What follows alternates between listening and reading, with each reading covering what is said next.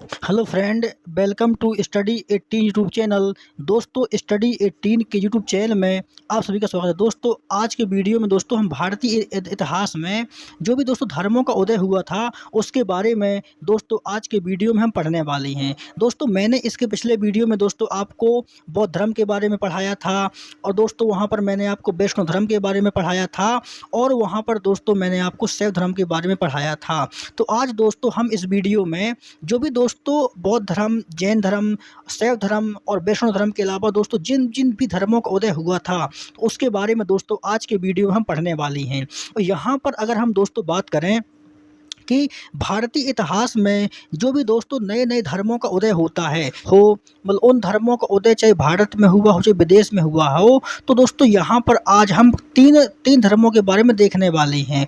दोस्तों आज हम बात करेंगे इस्लाम धर्म के बारे में और ईसाई धर्म के बारे में और पारसी धर्म के बारे में। तो दोस्तों आज के वीडियो में हम इन तीनों धर्मों के बारे में एकदम कंप्लीट और विस्तार से देखने वाले हैं। दोस्तों इस्लाम धर्म के बारे में बात करेंगे, ईसाई धर्म के बारे में बात करेंगे और पारसी धर्म के बारे में बात करेंगे। तो यहाँ पर दोस्तों हम अगर बात करें इस्लाम धर्म की कि इस्लाम धर्म का दोस्तों भारत पर उदय कैसे होता है, मतलब इस्लाम धर्म का भारत पर उदय कैसे होता है और इसकी उत्पत्ति भारत पर कैसे होती है, तो दोस्तों हम आज की वीडियो में चर्चा करने वाले हैं। दोस्तों यहाँ पर अगर हम बात करें इस्लाम धर्म की तो दोस्तों भारत पर इसकी जो उत्पत्ति होती है वो दोस्तों क्या होता है कि भारत पर एक अरब शासक होता है, उसका नाम होता है मोहम्मद बिन कासिम। जब दोस्तों भारत पर मोहम्मद बिन कासिम ने आक्रमण किया था, जो दोस्तों मोहम्मद बिन कासिम होता है तो मोहम्मद बिन कासिम दोस्तों ये एक अरब का शासक होता है और इसने जब भारत पर आक्रमण किया था तो इसने दोस्तों भारत पर आक्रमण 712 ईस्वी में किया था। मतलब कि जब दोस्तों अरब शासक मोहम्मद बिन कासिम का आक्रमण भारत पर होता है तो दोस्तों यह जो आक्रमण होता है ना, तो यह आक्रमण 712 ईस्वी में होता है और उसने दोस्तों पहली बार आक्रमण भारत के सिंध प्रांत में किया था। तो जब ये दोस्तों मोहम्मद बिन कासिम का भारत के सिंध प्रांत पर आक्रमण होता है तो ये आक्रमण दोस्तों 712 ईस्वी में होता है, मतलब 7वीं और शताब्दी में होता है। तो यहाँ पर दोस्तों बात करें कि वहाँ के जो शासक होते हैं सिंध के, तो सिंध के जो शासक होते हैं उनका नाम दोस्तों दाहिर होता है। तो सिंध के शासक दाहिर और यहाँ पर दोस्तों मोहम्मद बिन कासिम जो यहाँ पर अरब शासक होता है, इन दोनों के बीच में युद्ध होता है और वहाँ पर दोस्तों जो भी राजा दाहिर होते सिंध के वे पराजित हो जाते हैं और पराजित होने के बाद दोस्तों सिंध पर मोहम्मद बिन कासिम का अधिकार हो जाता है। जब दोस्तों सिंध पर मोहम्मद बिन कासिम का अधिकार हो जाता है तो यहाँ पर दोस्तों एक प्रकार से इस्लाम जो धर्म होता है उसका दोस्तों यहाँ पर साम्राज्य स्थापित हो जाता है और यहीं से भारत में इस्लाम धर्म के प्रचार का जो है दोस्तों एक प्रकार से महत्व शुरू हो जाता है। तो यहाँ पर दोस्तों हमने देखा कि भारत पर किस प्रकार से इस्लाम धर्म दोस्तों आया और किस प्रकार से दोस्तों तो इस्लाम धर्म का विकास हुआ। यहाँ पर दोस्तों हमने भारत के संदर्भ में देखा है कि भारत पर दोस्तों जो भी अरब शासक मोहम्मद बिन कासिम होता है उसने दोस्तों 712 ईस्वी पर जब यहाँ पर सिंध पर आक्रमण करता है तो दोस्तों सिंध पर आक्रमण करने के बाद यहाँ पर दोस्तों सिंध पर आक्रमण करने के बाद उसका दोस्तों यहाँ के सिंध के जो राजा होते हैं दाहिर होते हैं, तो सिंध के राजा दाहिर के साथ में उसका युद्ध होता है और यहाँ पर दोस्तों सिंध पर पहली बार अरबों का यहाँ पर अधिकार हो जाता है। इसके बाद हम दोस्तों बात करते हैं कि दोस्तों भारत पर जितने भी विदेशी आक्रमण हुए हैं, दोस्तों भारत पर जितने भी विदेशी आक्रमण हुए हैं तो वो दोस्तों कहाँ से हुए हैं, वो दोस्तों पश्चिमी क्षेत्र से हुए। मतलब जो भी ये दोस्तों भारत का पश्चिमी क्षेत्र है तो पश्चिमी क्षेत्र से दोस्तों एक खैबर दर्रा होता है, तो खैबर दर्रे के सहारे जितने भी भारत पर विदेशी आक्रमण होते हैं वो दोस्तों भारत की पश्चिमी सीमा से हुए हैं और पश्चिमी सीमा पर दोस्तों वहां पर खैबर दर्रा होता है और खैबर दर्रा के सहारे दोस्तों वहां पर जितने भी विदेशी हैं वो भारत पर आए हैं। इस प्रकार से दोस्तों इस्लाम धर्म का एक प्रकार से दोस्तों भारत में और प्रचार शुरू हो जाता है। इसके बाद हम दोस्तों बात करते हैं इस्लाम धर्म के बारे में। तो इसके बाद हम दोस्तों बात करते हैं इस्लाम धर्म के बारे में कि इस्लाम धर्म के दोस्तों जो संस्थापक होते हैं तो वो दोस्तों कौन होते हैं, इस्लाम धर्म के संस्थापक कौन होते हैं, तो दोस्तों इस्लाम धर्म के संस्थापक हज़रत मोहम्मद साहब होते हैं। दोस्तों हज़रत मोहम्मद साहब ने इस्लाम धर्म की स्थापना किया था और इनका जो दोस्तों जन्म होता है वो 570 में और मक्का में होता है। दोस्तों कहाँ पर, मक्का में होता है। तो हज़रत मोहम्मद साहब का जो जन्म होता है वो 570 मक्का में होता है और इनके पिता का नाम दोस्तों अब्दुल्ला होता है और इनकी माता का नाम अमीना अमीना होता है। तो इनके पिता का नाम क्या होता है? तो इनके पिता का नाम दोस्तों अब्दुल्ला होता है और इनकी माता का नाम अमीना होता है। और इनका जो दोस्तों विवाह होता है वो 25 वर्ष की अवस्था में दोस्तों एक विधवा के साथ होता है और उसका नाम होता है दोस्तों खदीजा। तो इनका जो विवाह होता है वो 25 वर्ष की अवस्था में एक विधवा के साथ होता है और उसका नाम खदीजा होता है। और इनसे तो दोस्तों पुत्री उत्पन्न होती है। तो जो भी दोस्तों मोहम्मद साहब की पुत्री होती है उसका नाम फातिमा होता है और इनके दोस्तों दामाद का नाम अली होता है। दोस्तों जो इनके दामाद अली होते हैं यही दोस्तों बाद में जब दोस्तों इस्लाम धर्म दो भागों में बढ़ जाता है। तो दोस्तों आगे चल कर के इस्लाम धर्म दो भागों में बढ़ जाता है। एक भाग दोस्तों सुन्नी होता है और दूसरा भाग शिया होता है। जो दोस्तों शिया वाला भाग होता है इस्लाम धर्म का, उसके जो दोस्तों हेड होते हैं वो अली होते हैं। तो अली ने दोस्तों वहाँ पर मतलब इस्लाम धर्म में जो शिया धर्म होता है उसकी स्थापना किया था। इसके बाद हम दोस्तों बात करते हैं कि 610 ईस्वी में दोस्तों क्या होता है। 610 ईस्वी में दोस्तों हीरा नामक गुफा में इनको ज्ञान की प्राप्ति होती है। तो यहाँ पर दोस्तों हमने और मोहम्मद साहब के बारे में जो भी दोस्तों इनका बायोडाटा है इसके बारे में दोस्तों हमने यहाँ पर बात किया है कि इनकी माता का नाम क्या था, पिता का नाम क्या था, ये मतलब इनका जन्म कहाँ पर हुआ था। तो इसके बारे में दोस्तों हमने यहाँ पर बात किया है।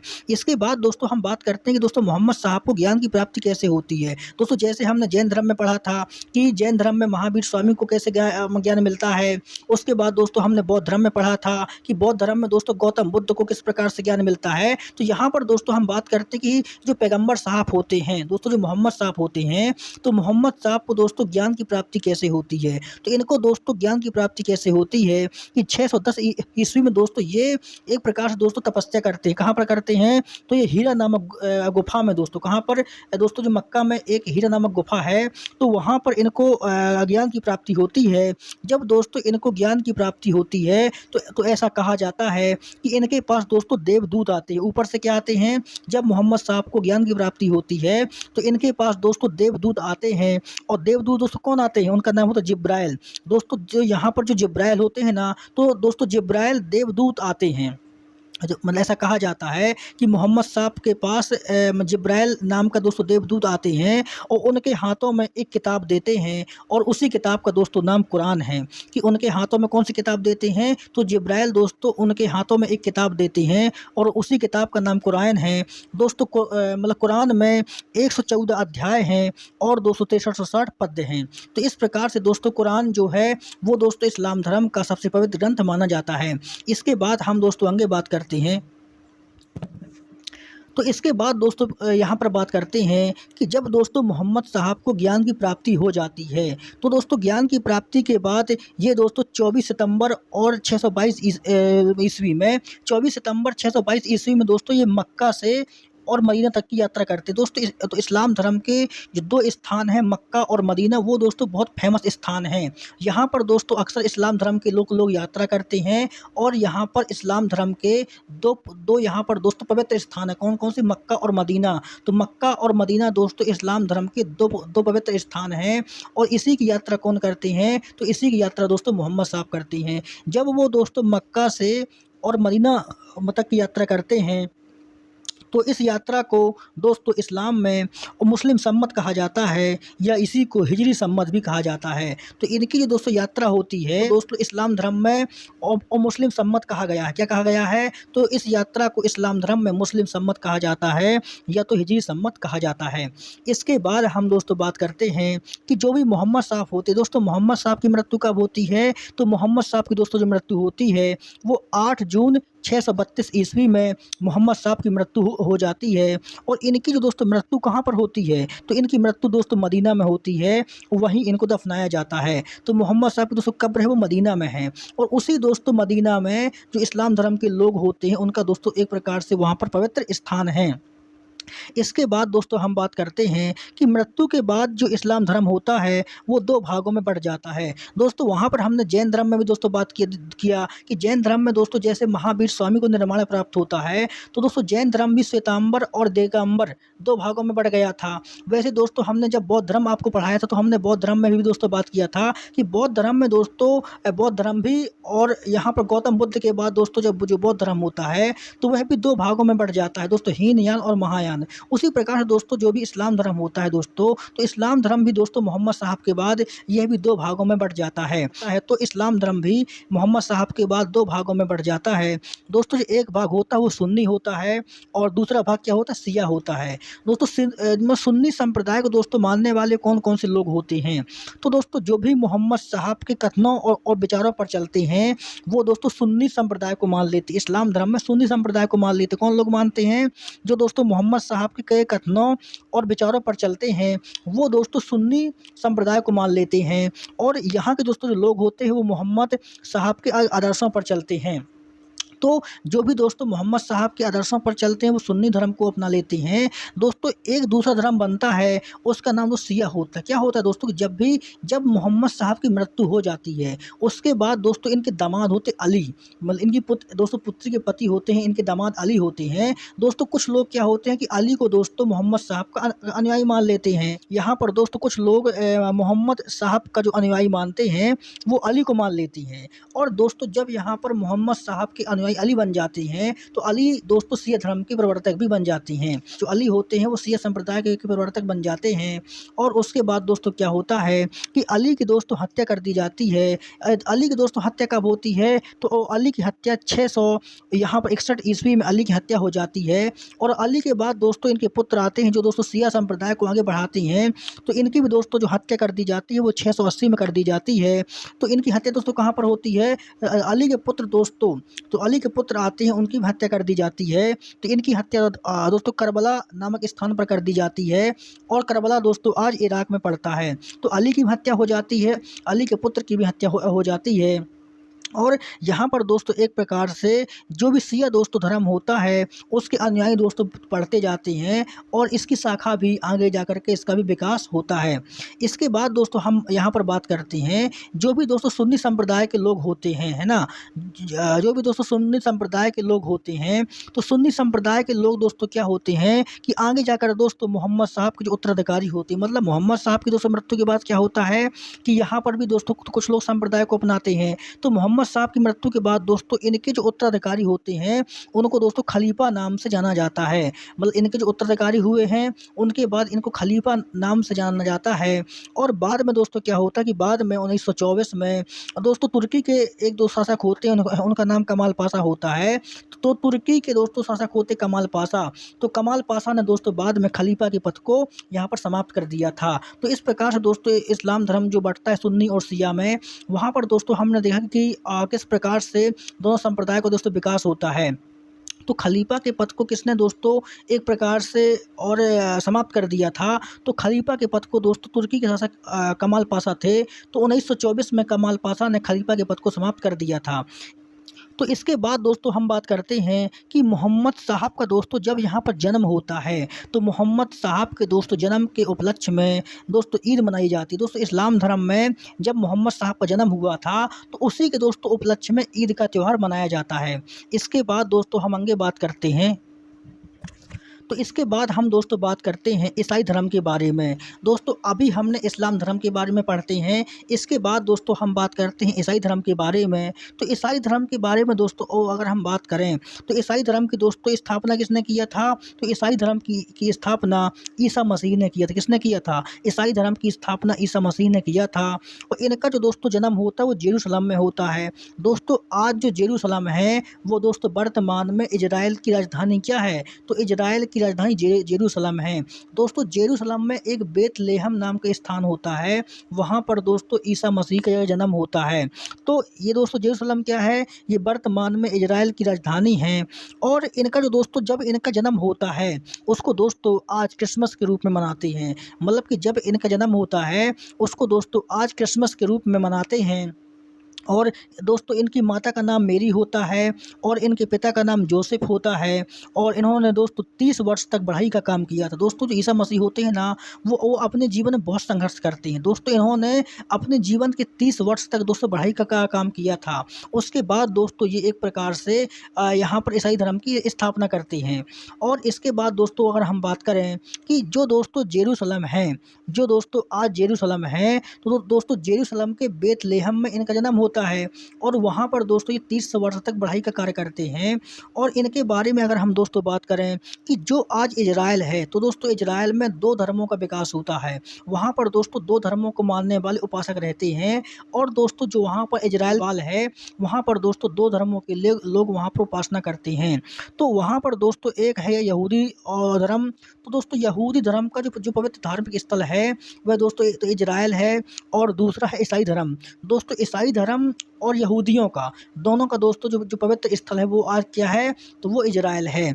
इसके बाद हम दोस्तों बात करते हैं कि यहाँ पर दोस्तों बाद में क्या होता है कि यहाँ पर दोस्तों बाद में ईसा मसीह के जो प्रथम 2 शिष्य होते हैं, दोस्तों ईसा मसीह के जो प्रथम 2 शिष्य होते हैं उनका नाम दोस्तों होता है एंड्रू और पीटर। दोस्तों एंड्रू और पीटर जो होते हैं ये दोस्तों ईसा मसीह के और प्रथम 2 शिष्य होते हैं।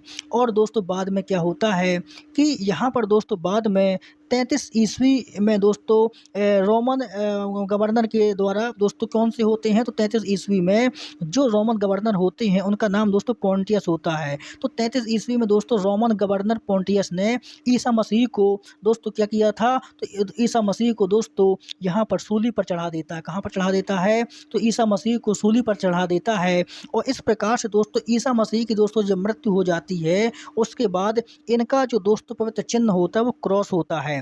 दोस्तों जब ईसा मसीह को सूली पर चढ़ाया जाता है तो इनके दोस्तों दोनों हाथों में कील ठोंक दी जाती हैं। एक प्रकार से दोस्तों इनकी आकृति भी क्रॉस के समान बन जाती है।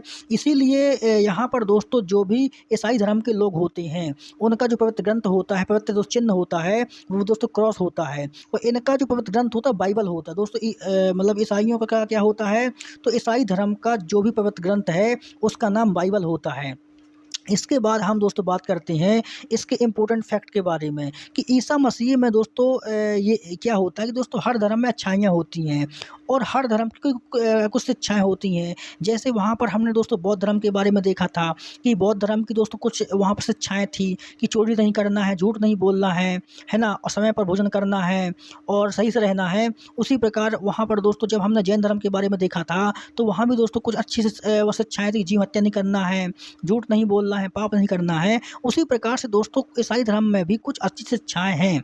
इनके धर्म के लोग भी दोस्तों वहाँ पर 3 फॉलो नियम के माध्यम से दोस्तों 3 फॉलो नियम को अपनाते हैं। दोस्तों कौन कौन से होते हैं, इनको दोस्तों कहा जाता है त्रितत्व। क्या कहा जाता है, ईसाई धर्म में कहा जाता है त्रितत्व।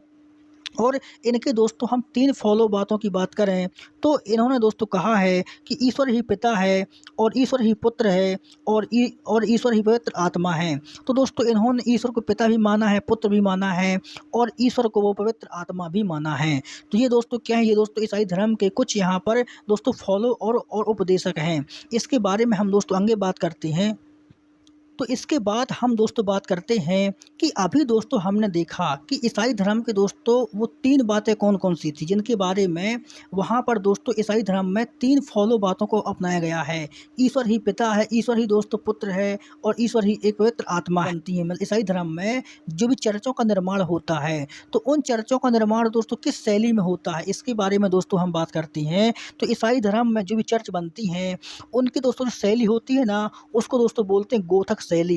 ये दोस्तों बहुत ही इम्पोर्टेंट और महत्वपूर्ण है कि ईसाई धर्म में जो भी चर्च होते हैं वो किस शैली में उनका निर्माण होता है। तो उनका जो दोस्तों निर्माण होता है वो गोथिक शैली में होता है। कौन सी दोस्तों, वो गोथिक शैली में उनका निर्माण होता है। जैसे दोस्तों हिंदू धर्म में जो भी हिंदू धर्म के मंदिर होते हैं तो हिंदू धर्म के दोस्तों जो मंदिर होते हैं तो उनका भी निर्माण 2 शैली में हुआ है।